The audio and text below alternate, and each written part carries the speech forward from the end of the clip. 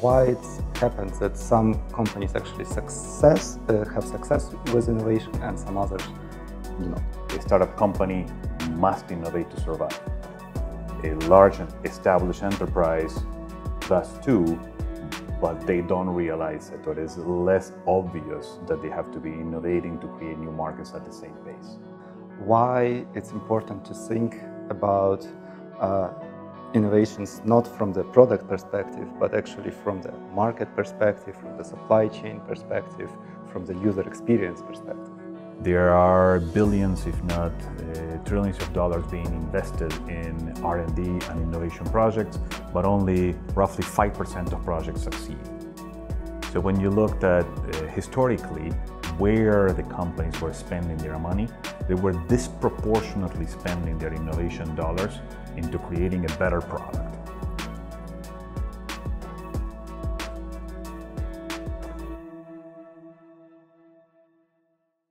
Hello, my name is Mykola Maksymenko. I'm Director of R&D at SoftServe, and today at Ukrainian Catholic University we'll be talking to Alejandro Danylyshyn, who is a visiting professor at Lviv Business School.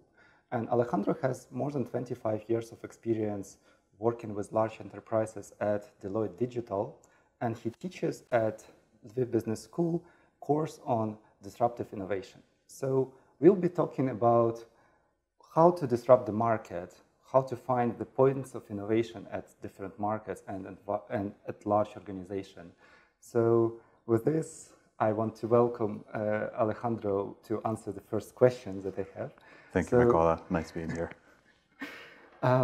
Let's start from the just general question. Why do you think it's hard for the organization to innovate as it grows?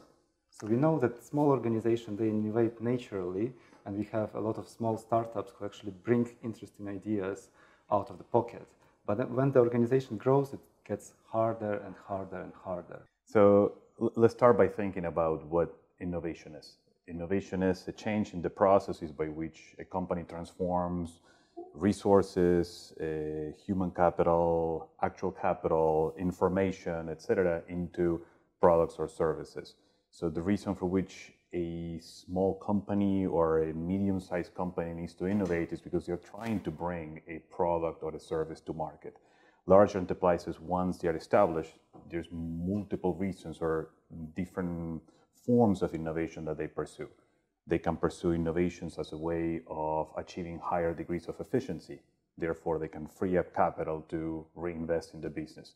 They can pursue innovations that are more market sustaining, such that they can defend the position in the market. And I guess the innovations that we're talking about when we talk about disruption is pursuing innovations whereby they can create new markets. So bring new products or services to people, consumers, other organizations for whom these products were not available or were inaccessible. So as the enterprise grows, a lot of the processes become more and more complex for producing those products or services, and changing those processes in a fundamental way to achieve those new markets becomes geometrically more difficult and more complex. Finding opportunities for efficiency innovation in a large enterprise is relatively easy because there's a lot of waste on those processes, especially with the very large enterprises. However, identifying opportunities for creating new markets takes a very deliberate approach that large enterprises, where they are focused on day-to-day operations, don't have. A startup company must innovate to survive. A large and established enterprise does too, but they don't realize it, or it is less obvious that they have to be innovating to create new markets at the same pace. Thank you. And do you think we can rank different organizations in terms of their maturity to innovate? For example, then if we have such ranking, we can advise how organization can move from one step to another, which actions they should do, or which talent they should acquire to move from one level to another. It's interesting. So when you look at an organization, I don't think I can define a maturity model of innovation, but We typically look at things, do they have a chief innovation officer? Do they have an innovation organization that then sparks internally ideas or opportunities for reconfiguring the business, changing the product offering, enhancing the experience such that they drive a form of innovation for effectiveness, sustainability, or market creation. As we look at an enterprise, we first try to identify what are the forms or the ways in which they tackle innovation. Mature organizations have innovation embedded within their processes. They have ways in which they drive employee suggestions, technology scanning, business planning and business development, where they are scanning for new business models, new profit models, new reconfigurations of the enterprise. So the way to advise a client is to look at what is it that they're currently doing? How do they view innovation? Do they have a chief innovation officer or an innovation office that works with the business lines? Do they have innovative processes or ways of capturing feedback within each business unit or within the employee community, within the systemic community? So looking at suppliers, looking at customers, looking at distributors, multiple ways in which this can happen. It can happen organically by having employee suggestions. It can happen through the corporate planning office, where you scan for potential competitors or smaller companies to acquire or new technology. It can happen within the CTO office as you scan the market and you identify what technologies have the potential for driving disruption, and you run small pilots. There are different ways of driving this within the enterprise. And I think the best advice is looking at what are the companies currently doing, and then figuring out why. Why are those companies trying to innovate? What's the ultimate goal that they're trying to achieve? If the ultimate goal of an enterprise is to gain efficiency, that's not enough, that's not sustainable. We just talked about maturity, and in this context, it's interesting to understand why some of the companies actually fail to innovate if they, for example, have everything in place from the organizational perspective. They might have innovation officer, they might actually collect the ideas from the company-wise. But it turns out that these ideas actually do not bring the result that everyone expected. So what challenges do you see here, and why it happens that some companies actually have success with innovation and some others do not?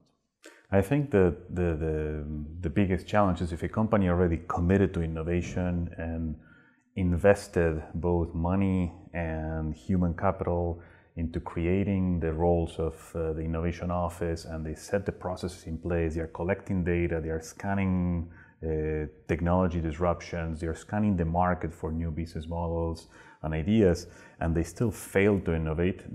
That's a symptom of a lack of goal alignment. So what was the purpose behind fostering innovation within the enterprise? Studies from Dublin have shown that investing in product offering has less return on investment than changing the configuration of the enterprise or addressing the customer or channel experience. So if the goal was to bring a new product or service to market and come up with a breakthrough idea for a new offering or a market creating solution, and that's not happening, then perhaps there was a misalignment of what was the purpose of the innovation. You could still produce the same products and manufacture the same outcome, but for example, change your profit model. That is a fundamental shift in the way in which you do business. And say you switch from selling a product to now selling subscriptions or a similar answer, then your innovation is more likely to succeed because now you align what your ultimate goal was with the way in which you're pursuing innovation. Thank you. And you just actually noticed that there are different approaches to innovation. So it could be business model innovation or profit model, let's say, or that could be a product innovation. So what I really remember, and it was actually very inspiring part of your course, was actually this methodology of 10 types of innovation. Can you actually tell more about this and why it's important to think about innovations not from the product perspective, but actually from the market perspective, from the supply chain perspective, from the user experience perspective?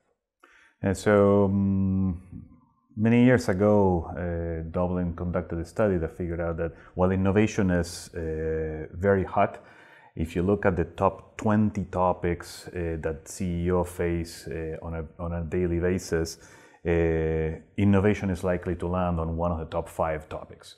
There are billions, if not trillions of dollars being invested in R&D and innovation projects, but only roughly 5% of projects succeed. So when you looked at historically where the companies were spending their money, they were disproportionately spending their innovation dollars into creating a better product.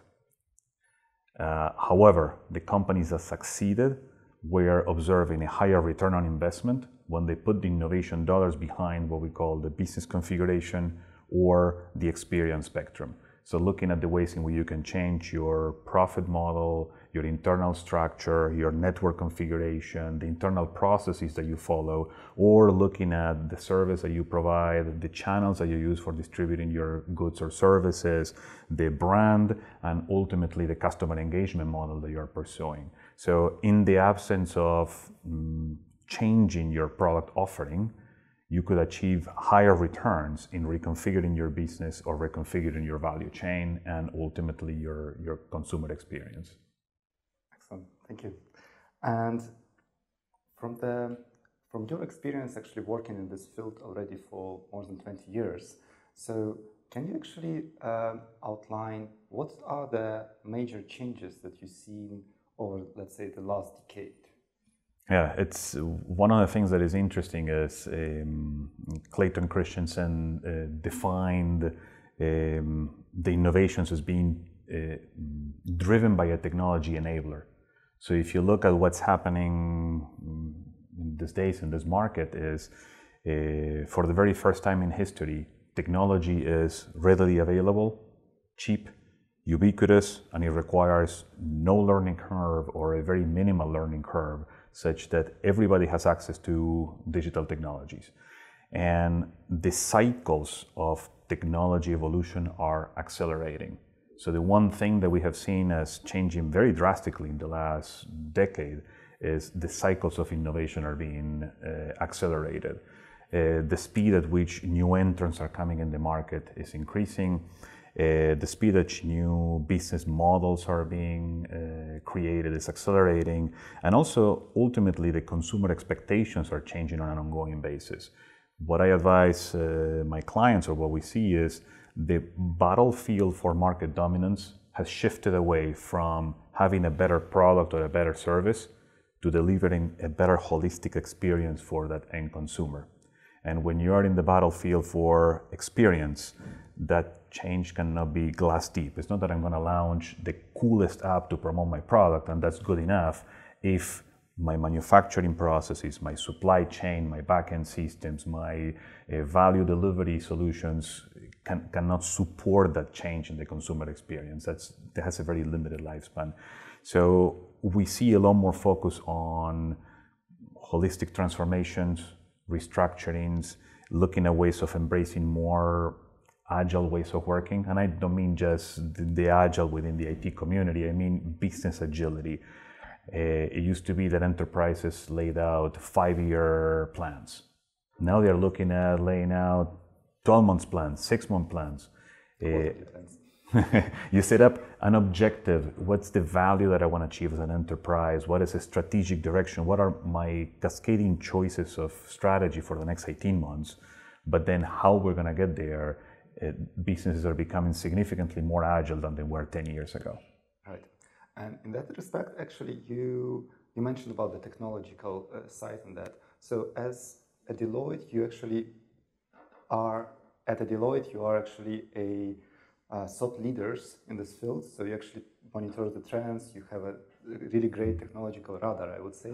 So can you comment on which trends we need to be aware at this moment, and as an enterprise leader, I should keep track on and focus on?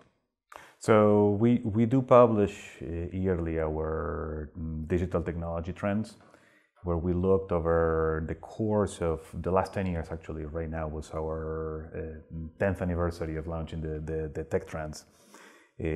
What are the technologies that have a promise for affecting business in the next 12 months? So we scan forward and we scan back to see if there are common themes. So 10 years ago, it was very hot, the development of mobile applications. Right now, we're looking at the rise of machine learning, cognitive or pattern recognition and pattern prediction. We're looking at things like blockchain as getting established in certain industries and moving from niche solutions to industry sector solutions. We're looking at computer visioning, mixed reality. IoT has been a trend that it appeared to be taken off, then flattened, then it appears to be taken off again. So on and off, we look at how the different technologies evolve. But if you're specifically looking at what are the things that are likely to cause disruption in the near term, is anything that enhances or what we call elevates the human experience. I said before, we're in the battlefield for experience. So does leveraging mixed reality create a system around your product or service that elevates that consumer experience or elevates that channel experience? Then that's likely to have an impact in your strategy going forward. For other services or for other industries, it might be IoT and the possibility to have distributor sensors and actuators that act in conjunction with the product or service that you're bringing to market. So I don't think that there is a one answer that applies to all businesses, but certainly some of the technologies that we're seeing have the potential for elevating that end consumer experience and delivering a more holistic solution to that ultimate buyer. At the end of the day, the other important thing to remember when we think about innovation is the theory of the job to be done. So if I understand that, I always use this example, is I'm not selling you a drill. I am helping you make a hole. So if I understand what is the job that you're trying to get done, then what experiences can I build around that such that you continue to pull in my products and services into your life to accomplish your objectives. Any technology that enables to enhance that experience is going to be a technology worth pursuing. And I have actually another question here in regards the different strategies, how companies try to acquire the innovative culture. So on one side, some companies actually want to do this by buying startups and bringing new people in the company, which have more entrepreneurial mindset. On the other hand, some companies establish innovation office and try to innovate internally. So these are different approaches. So on one side, we actually bring in people. On the other hand, we actually have methodologies to innovate. So what would be the right balance? So is it about the people or about what these people do? So that's actually a very good question, because the way you need to look at it is, what are the pros and cons of both approaches? So on the one hand, if a company decides to acquire a startup or another company for the purposes of innovation, that betrays a top-down planning where some corporate development office figured out we have a need for a particular set of innovations or technologies or culture. You acquire the company as a way to gaining a quick, innovative or competitive advantage. So the pro in this case is the speed by which you can achieve a certain innovation goal. On the other hand, if you don't have established the culture of innovation within your enterprise and you have not organically grown the processes for innovation, you run the risk of completely alienating the company that you just bought. So you bought a small company, presumably say 10, 20 people, you bring them inside an enterprise that has tens of thousands of employees and established processes. It can become like a heavy burden for the new set of individuals, and therefore over time you may be preventing that innovation or hampering that innovation that you wanted to acquire in the first place. On the other hand, if you pursue the route of developing your internal innovation processes and having your people start thinking more innovatively and perhaps going through education, setting up specific roles, yes, the process is slower. So a con, it's a slow way of gaining an innovative edge.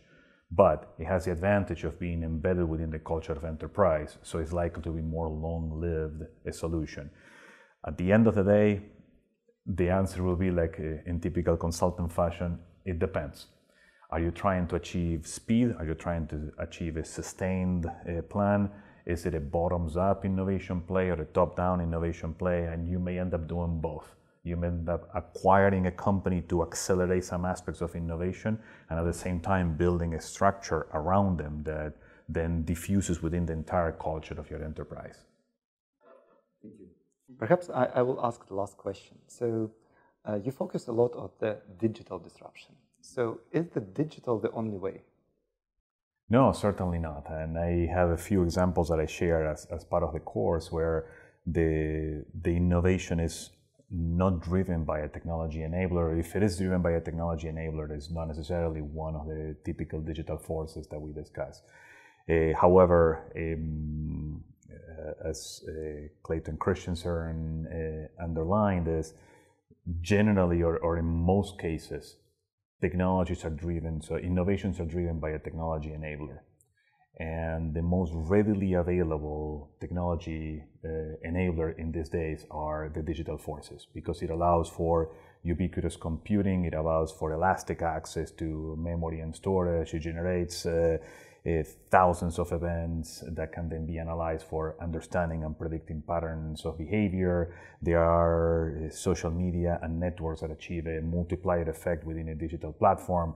There are cybersecurity forces where you're actually trying to balance how much exposure versus how much protection you put on your digital initiative. So it's very likely, it's more likely than not, that digital technologies will be a driver of innovation and disruption, but they are not a necessary and sufficient condition. Cool. Thank you very much for this conversation. It was exciting and very interesting. So thank you again. So we had Alejandro Danylyshyn in Ukrainian Catholic University, and feel free to join his course on disruption innovation. So thank you.